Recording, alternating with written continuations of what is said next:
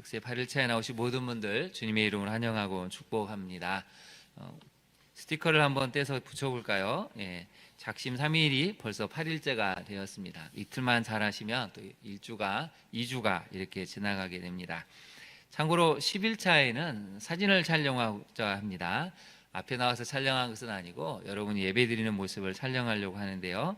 11차, 21차, 30일차, 40일차 이렇게 사진을 찍어서 보관을 좀 해보려고 합니다. 마지막 40일차는 다 함께 나와서 이 앞에서 한번 기념사진을 한번 해보려고 하는데요. 그때까지 여러분 열심을 내시면 좋겠습니다. 제 8일차를 한번 볼까요? 8일차는 40일의 정탐이라는 제목입니다. 오늘 본문을 먼저 한번 살펴볼 텐데요. 오늘 본문에는 관점이 하나가 나옵니다. 33절을 한번 볼까요? 33절을 여러분 잘 묵상을 하셔야 될 것 같습니다. 저도 33절을 보면서 많은 생각을 하게 되었는데요. 10명의 정탐꾼이 땅을 악평합니다. 그러면서 왜 땅을 악평하는지 증명을 하죠. 그 땅 모든 백성은 신장이 장대한 자들이다. 33절에 보면 거기서 네피림 후손인 아낙 자손의 거인들을 보았는데 우리는 스스로 보기에도 메뚜기 같고 그들이 보기에도 그와 같았을 것이다. 자, 이 평가는 맞습니까? 틀립니까? 맞을 수도 있고 틀릴 수도 있죠. 주관적이기도 하니까 맞다고 가정을 하는데, 맞다고 가정을 하면 여기 한 가지 관점이 빠졌습니다. 우리가 보기에 객관적으로 보면 메뚜기 같을 수도 있고, 또 저들이 봤을 때 그들은 신장이 장대하니까 우리가 또 메뚜기처럼 보였을 수도 있는데, 여기 하나가 빠진 것입니다. 뭐가 빠졌을까요? 그러면 하나님 보시기에는 어땠을까? 이게 빠진 것입니다. 여러분, 이 관점이 굉장히 중요합니다. 내가 보기에 나는 이럴 수 있죠. 또 상대방이 나를 봤을 때 그럴 수 있는데, 여기 한 가지가 빠진 것은 그러면 하나님은 어떻게 보시는가? 이 관점이 빠진 것입니다. 이게 이제 40일 동안 일어난 일이죠. 그래서 여러분 33절 마지막에다 한번 기록을 해보실까요? 하나님의 관점이 빠진 것이죠. 하나님의 관점이라고 써보실까요? 그래서 여러분이 앞으로 인생을 살아갈 때, 저도 마찬가지지만 우리 모두가 가져야 될 관점이 있습니다.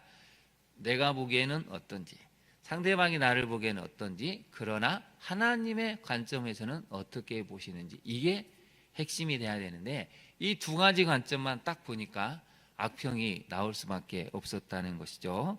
그래서 여러분 30절을 보시면 이 10명의 정탐꾼이 이제 막 설명을 하지 않습니까? 먼저 28절을 보면 그러나 그 땅 거주민은 강하다, 성읍은 견고하고 심이 크다, 거기서 아낙 자손을 보았다 하니까 동요가 일어납니다. 그 30절을 보시면 갈렙이 모세 앞에서 백성을 조용하게 했다고 나오죠. 조용하게 했다는 것은 아우성이 일어났다는 것입니다. 불안해하고 공포에 실리고 처음에는 이 두려운 감정이 이제 점점 소용돌이 치기 시작하는 것이죠. 막 아우성과 함성과 어떻게 하려고 우리를 이런 곳으로 인도해냈느냐는 불평불만이 터져 나오는 소란스러운 상황을 이 갈렙이 조용하게 했다는 뜻입니다. 이런 배경을 생각을 하시고 이제 오늘 여러분 8쪽을 한번 펼쳐보실까요? 오늘 8쪽을 펼치시고 지도를 한번 보도록 하겠습니다. 제2주는 변화의 40일 40년인데요. 첫 번째 지도를 한번 보실까요? 12명의 정탐꾼의 이름이 쫙 등장을 하죠. 그리고 이들이 가데스 바네아에서 베들레헴까지 간 것으로 추정이 되는데, 이렇게 쭉 올라가서 지금 40일을 올라갔다 내려온 여정이 있습니다.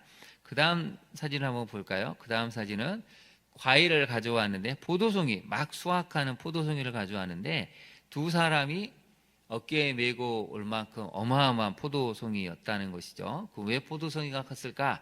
어떤 사람들은 이제 주석을 하면서 그렇게 해석을 했습니다. 포도를 가지고 주로 사람들이 뭘 만들었습니까? 포도주를 만들었죠.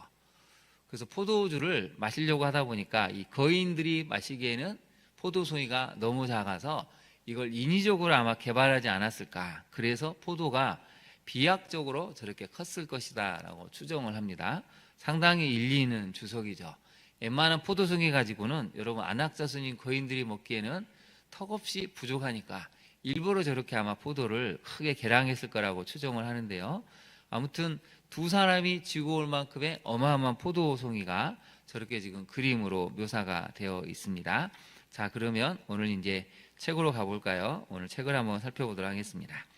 하나님께서는 가나안 땅 정탐을 앞두고 12명의 정탐꾼을 선발해 40일 동안 가나안 땅을 두루 정탐하게 하십니다.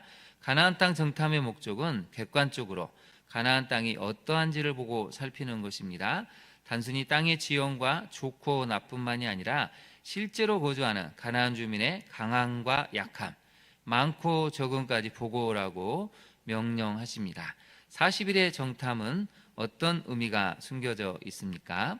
그래서 여러분 민수기 13장을 한번 잠깐 볼까요? 성경을 먼저 봐야 되는데요. 모세가 명령한 부분이 13장 18절에 등장을 합니다. 12명의 정탐꾼에게 이렇게 정탐을 하고 말했죠. 그 땅이 어떠한지 정탐하라. 곧 그 땅 거민이 강한지 약한지, 많은지 적은지, 그들이 사는 땅이 좋은지 나쁜지와 사는 성읍이 진영인가 산성인지와 토지가 비옥한지 메마른지 나무가 있는지 없는지를 어떻게 하라고요? 탐지하라, 정탐하라고 했죠. 근데 여러분 여기서 한 가지는 얘기하지 않았습니다. 뭘 얘기하지 않았습니까? 그래서 너희가 결론을 내려라가 아니죠. 정탐하라고만 했습니다. 객관적으로 어떠한지를 보고 오라고만 했지 너희들이 마음대로 그래서 우리는 못 간다 이런 결론을 내리지 말라는 것이죠. 결론은 이미 내려졌습니다. 하나님이 가나안 땅에 가라고 말씀하셨기 때문에 너희들이 해야 될 일은 딱 객관적으로 보고하고 거기서 끝나는 것입니다. 이걸 우리가 많이 고민을 해봐야 됩니다. 자, 그래서 첫째를 한번 살펴볼까요? 첫 번째 메시지인데요. 40일은 하나님에 대한 더욱 강한 확신과 약속의 성취를 확인하는 시간이 되어야 했습니다. 거기다 한번 네모를 쳐보실까요? 확인하는 시간이죠. 무엇을 확인해야 됩니까? 하나님에 대한 더욱 큰 확신. 하나님이 우리와 함께 하시면 이길 수 있구나. 약속을 성취하는 그런 놀라운 일이 벌어지겠구나. 이걸 확인하는 시간이 되어야 했습니다. 12명의 정탐꾼들은 그동안 막연하게 상상만 했던 가나안 땅을 직접 눈으로 보고 만져보고 그 땅을 정탐하면서 객관적으로 땅의 좋고 나쁨을 그리고 그 땅 주민의 강함과 위력을 목격해야 했습니다. 객관적으로 보니 이길 수 없을 만큼 그 땅 주민은 강하고 성읍은 견고해 보였습니다. 그러나 홍해를 가르신 하나님이 여기까지 인도해 주셨으니 하나님께서 책임져 주실 것이라는 강한 확신이 객관적인 평가에 대한 답이 되어야 했습니다. 거기다 밑줄을 그어보실까요? 여기까지 인도해 주셨으니 하나님께서 책임져 주실 것이라는 강한 확신이 객관적인 평가에 대한 답이 되어야 했다는 것이죠.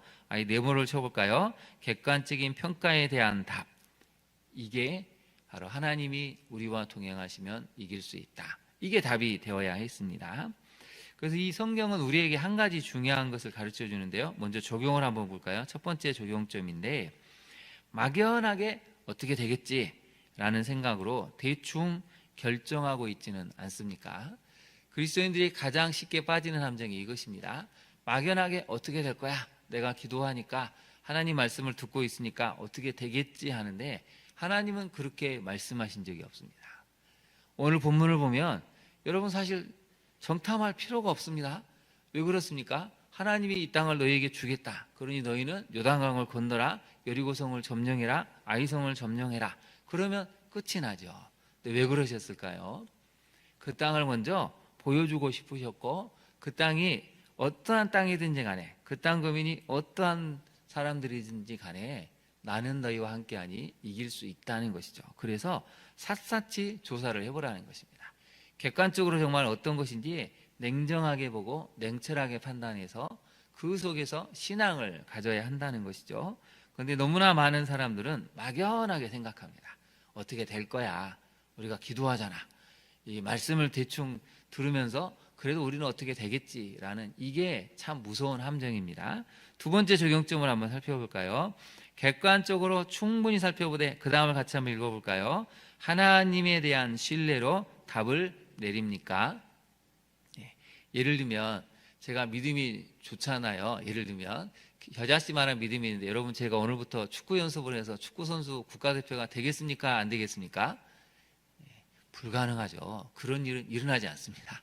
뽑을 수가 없습니다. 나이도 많고 실력도 그렇게 되지가 않죠. 그런 것은 아예 제의가 된다는 것입니다. 여러분, 우리는 충분히 객관적으로 살펴보지만 마지막은 하나님에 대한 신뢰로 답을 내릴 수 있어야 합니다. 이게 믿음이 되어야 한다는 것이죠. 두 번째를 살펴볼까요? 40일은 12명의 정탐꾼이 하나됨의 공동체성을 굳건하게 하는 시간이 되어야 했습니다. 거기다 한번 네모를 쳐보실까요? 하나됨의 공동체성, 이게 중요합니다. 200만 명 이스라엘 백성들의 응원과 간절한 기도를 뒤로하고 12정탐꾼은 40일 동안 수많은 위기와 고비를 넘기면서 정탐을 마쳤습니다. 양식과 물, 수면의 부족과 언제 발각될지 모르는 죽음의 공포 속에서 함께한 12명의 정탐꾼들은 말 그대로 생사고락을 함께한 진정한 신앙의 동료들이었습니다. 거기다 밑줄을 그어보실까요? 생사고락을 함께한 진정한 신앙의 동료들이었죠. 그렇다면 돌아와서 보고를 할 때 하나님에 대한 견고한 신앙으로 믿음의 보고를 해야 마땅했습니다. 그러나 놀랍게도 여호수아와 갈렙을 제외한 10명의 정탐꾼은 이스라엘 백성들 앞에서 땅을 악평하고 아낙 자손의 거인들 때문에 가나안 거민을 이길 수 없다는 조주에 가까운 말을 퍼뜨립니다. 40일 동안 함께 죽음의 위기를 겪은 정탐꾼들이 정반대의 보고를 한 것입니다. 40일 동안 왜 그들은 하나가 되지 않았습니까? 10명의 정탐꾼들은 이미 마음속에 불신앙의 결론을 가지고 출발했고 이것을 절대 여호수아와 갈렙에게는 알리지 않고 비밀로 유지했기 때문입니다. 생사위기를 함께 넘겨도 마음속 생각을 두 사람에게 나누지 않았고 결국 200만 명 이스라엘 백성들은 10명의 정탐꾼으로 인해서 광야를 떠돌게 되었습니다. 10명의 정탐꾼이 잠자고 있던 200만 명의 노예 근성, 불안함, 하나님에 대한 불신을 깨워가지고 결국은 1세대는 광야에서 다 죽게 되죠. 적용을 한번 해보겠습니다. 생사고락을 함께 있기에 마음을 터놓을 수 있는 공동체가 있습니까? 우리 광야중앙교회 역사만큼 여러분 10년, 20년, 30년, 40년 이상을 신앙생활 했다면 그 어려운 고비들을 넘겨온 여러분에게는 정말 마음을 터놓을 수 있는 공동체가 있습니까? 아직도 내가 터놓을 수 없다 하면 우리는 좀 고민을 많이 해봐야 됩니다. 10년, 20년을 적어도 했다면 생사고락, 그 말할 수 없는 위기들을 교회 가운데 겪었고 우리 인생의 수많은 고비를 견디고 왔다면 우리는 공동체가 있어야 마땅한데 없다면 왜 그런지를 한번 돌아봐야 한다는 것이죠. 네 번째 적용을 살펴볼까요? 끝내 마음을 터놓지 않고 결국 갈라선 경험을 한 적이 있습니까? 불륜을 저지른 배우자들에게서 그런 게 나타나죠. 전혀 그러지 않을 남편 아내인 줄 알았는데 결국에는 그런 모습을 보였을 때 우리는 정말 마음이 무너지게 됩니다. 부부 간에도 부모와 자녀 간에도 친구 간에도 또 믿었던 친구가 배신을 해서 사업이 무너진 경우도 얼마나 많이 있습니까? 우리 교회 역사도 그런 경험을 한 적이 있죠. 그래서 여러분 공동체는 무엇인가를 정말 고민해 보셔야 됩니다. 공동체는 뭘까? 말씀을 가지고 속마음을 털어놓고 내 마음은 이런데 내 생각은 이런데 말씀은 이렇게 해서 내가 지금 어떻게 해야 될지를 모르겠다. 이렇게 나눌 수 있는 공동체가 있다면 아마 그 공동체는 굉장히 건강해지고 교회는 부흥을 할 것입니다. 오늘날 많은 교회 공동체들이 사실은 끝내 마음을 터놓지 않고 사실은 각자 움직이고 있기 때문에 겉으로는 화목하고 친밀한 것 같아도 어떤 사건이 터지면 그것으로 인해서 깨지고 분열하게 되는 경우를 많이 보게 됩니다. 그래서 여러분 우리 두 번째 메시지를 같이 한번 읽고 오늘 말씀을 마무리하도록 하겠습니다. 두 번째 메시지를 같이 한번 읽어볼까요? 40일은 12명의 정탐꾼이 하나됨의 공동체성을 굳건하게 하는 시간이 되어야 했습니다. 이걸 다른 말로 읽어보면 우리 광야중앙교회 역사는 우리 교회의 성도들이 하나됨의 공동체성을 굳건하게 하는 시간이 되어야 했습니다.